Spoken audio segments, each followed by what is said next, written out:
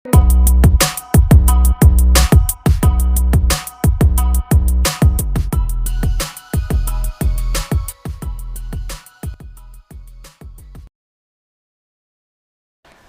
ini kita akan membahas mengenai bagaimana cara Anda bisa menghadapi pandemi, terutama kondisi yang sekarang sedang berlangsung di dunia.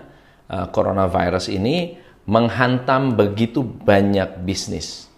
Stock market terhantam, ya, ada bisnis-bisnis impor terancam, manufacturing terancam. Nextnya Anda akan melihat banking industry akan terancam. Apakah Anda mengalami masalah yang sama? Jika ya, please komen di bawah ini apa dampak coronavirus untuk bisnis Anda dan apa yang Anda lakukan. Kita akan membahas dan membedah secara lebih singkat tentang apa itu krisis, mengapa coronavirus ini perlu Anda khawatirkan, dan bagaimana Anda bisa menghadapi transformasi dan perubahan untuk bisa melindungi bisnis Anda dari dampak ekonomi coronavirus. So, mari kita start dengan pertanyaan pertama tentang krisis. Apa itu krisis? Krisis adalah kondisi yang mengganggu, mengancam, berbahaya. 3 kondisi ini terjadi, maka kita menghadapi krisis. Dalam kondisi perang, mengganggu, mengancam, berbahaya, berarti akan terjadi sebuah krisis. Coronavirus ini meliputi 3 hal. Dalam bisnis kita sering dapat gangguan, tapi belum bisa disebut krisis. Kita sering dapat ancaman, tapi belum bisa disebut krisis.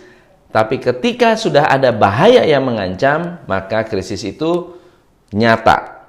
Dan suka atau tidak suka, krisis ini mengganggu kesehatan, mengganggu mobilitas, mengganggu pikiran, mengganggu bisnis, mengganggu customer kita, mengganggu karyawan-karyawan kita, dan tentunya mengganggu keuangan kita. Lalu bagaimana sebuah krisis bisa terjadi? Di dunia sudah begitu banyak terjadi krisis, saya akan memberikan sebagian kecil. Tahun 2000-an, tahun 1900-an, oke, tahun 90-an, 2000-an, 2010-an, dan tahun 2020-an. Oke, sorry, tahun 80-an ya. Jadi 80, 90, 2000, 2010, 2020. Tahun 80-an ada yang namanya Mexican Crisis, Mexican Default. Meksiko tidak bisa membayar sehingga akhirnya menyebabkan krisis yang cukup serius. Tepatnya tahun 82. Anda harus ingat, berarti 10 tahun berikutnya ada 92. Di tahun 92 ada European Monetary Crisis. Setelah 92 ada 2001-2002. Ada yang namanya Argentina Default dan dot-com bubble, dot-com bust. Ya.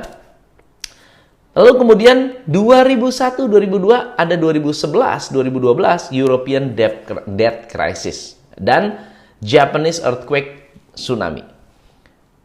Itu 82-an. Gimana dengan tahun 97-an? 87 ada yang namanya Black Monday. Tahun 97 ada Asian Financial Crisis. Tahun berapa lagi? 2007 ada, 2008 ada Global Financial Crisis. 2020 ini adalah cycle yang terjadi di dunia. Ini adalah siklus finansial yang sedang terjadi. Dan penyebabnya bisa macam-macam. Saya ingat banget di 2015 Bill Gates pernah bilang, the next financial crisis sebabnya bukan perang, tapi virus. Deadly virus yang membuat orang tidak bisa bergerak keluar rumah. Bill Gates sudah ngomong tahun 2015. Apakah itu sebuah bocoran? Saya juga nggak tahu. Nah, sejak tahun 1957-an sampai 2020, stock market itu terus-menerus terkena dampak ketika terjadi krisis. Betul ya? Tetapi yang menarik adalah sejak 57 sampai hari ini kurvanya itu naik. Dengan kata lain, apapun krisisnya akan membuat bisnis naik. Apapun krisisnya akan membuat bisnis bertumbuh. Apapun krisisnya akan membuat bisnis berkembang. That's the good news. Ya, good news about crisis adalah untuk membuat ekonomi tambah bagus. Tetapi yang jadi problem adalah respons kita terhadap krisis. Respons kita terhadap hal-hal yang mengganggu, berbahaya, ataupun mengancam.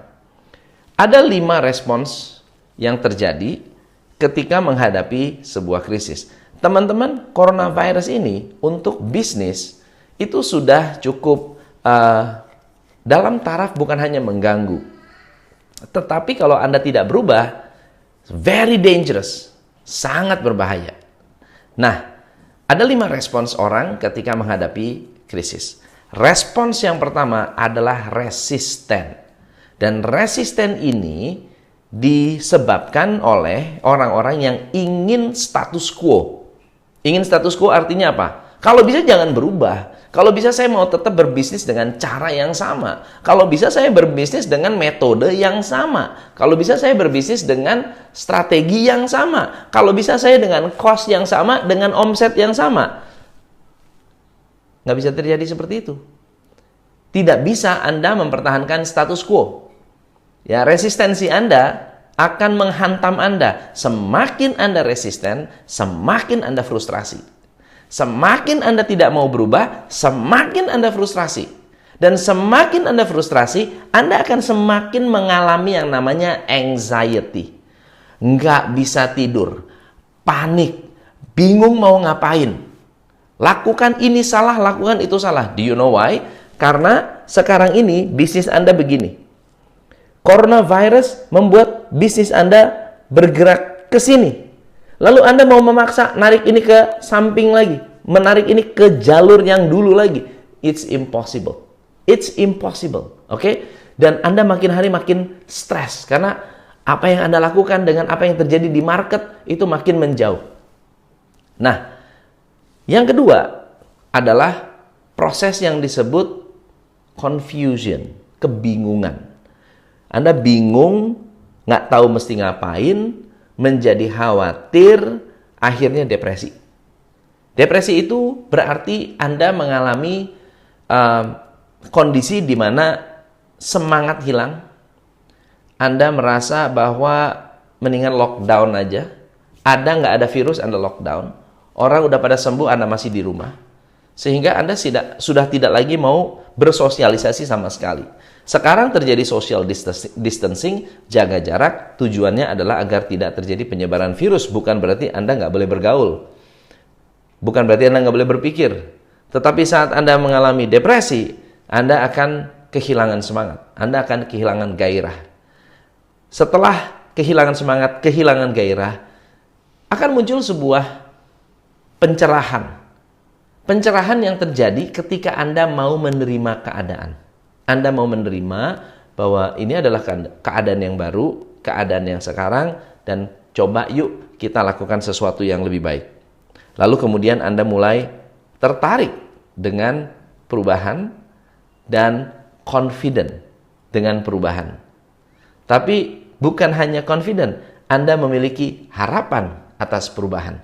Nah teman-teman, kalau Anda mengalami fase ini, kalau Anda belum mengalami fase resisten, Anda ngotot, ngoyo bahwa ini akan nggak bakal masalah terjadi, Anda belum mengalami krisisnya, betul ya? Tapi once Anda sudah melewati masalah resisten, secepatnya Anda harus switch ke arah penerimaan, bahwa Anda menerima saat ini bisnis sudah harus melakukan perubahan, ya. So, kira-kira apa yang harus dilakukan seorang leader ketika menghadapi sebuah krisis? Ada 8 hal yang saya berharap Anda bisa pikirkan baik-baik dan juga Anda lakukan. Nomor 1 adalah Anda harus jadi orang yang paling tenang di dunia. Anda harus menjadi orang yang paling tenang di dunia. Anda harus menunjukkan ketenangan. Anda harus menunjukkan bahwa Anda menerima ini dengan lapang dada, Anda ikhlas. Anda tahu bahwa dengan kondisi ini kita semua memang harus berubah. Mungkin uang akan hilang sedikit, mungkin tim akan berkurang sedikit, mungkin bisnis akan menciut sedikit, but what doesn't kill you will only make you stronger. Apa yang nggak bisa membunuh kita akan membuat kita tambah kuat. Yang kedua adalah menjadi orang yang paling positif. Artinya begini, kita jangan melihat hari ini seperti apa, tapi kita melihat setelah ini akan ada apa.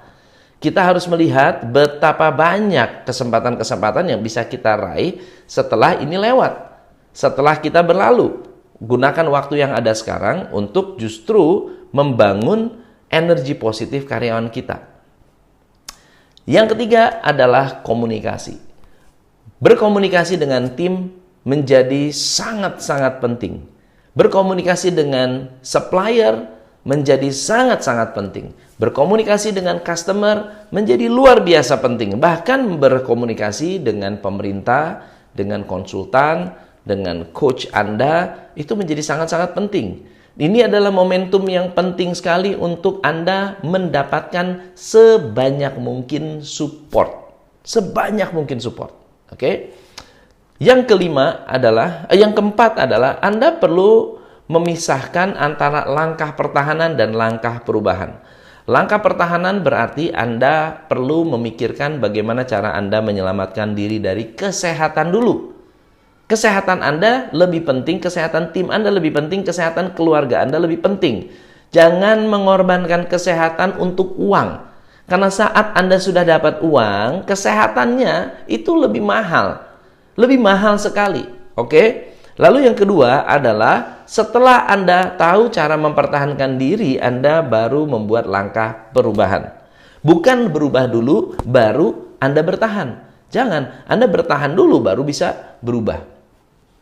Yang kelima adalah introspeksi. Teman-teman, setiap kali kita mengalami musibah, kita perlu introspeksi mengapa musibah itu menimpa kita. Mengapa musibah itu menimpa teman-teman. Mengapa musibah itu tidak menimpa orang yang lain. Bisa jadi ada sesuatu yang pernah kita lakukan yang menyebabkan musibah itu menimpa diri kita. Dan introspeksi ini akan membuat Anda mendapatkan ketenangan dan pencerahan dan semakin menerima. Bukan berarti Anda pasrah, tetapi Anda ya dengan sepenuh jiwa siap menghadapi apapun tantangan baru yang ada di depan sana.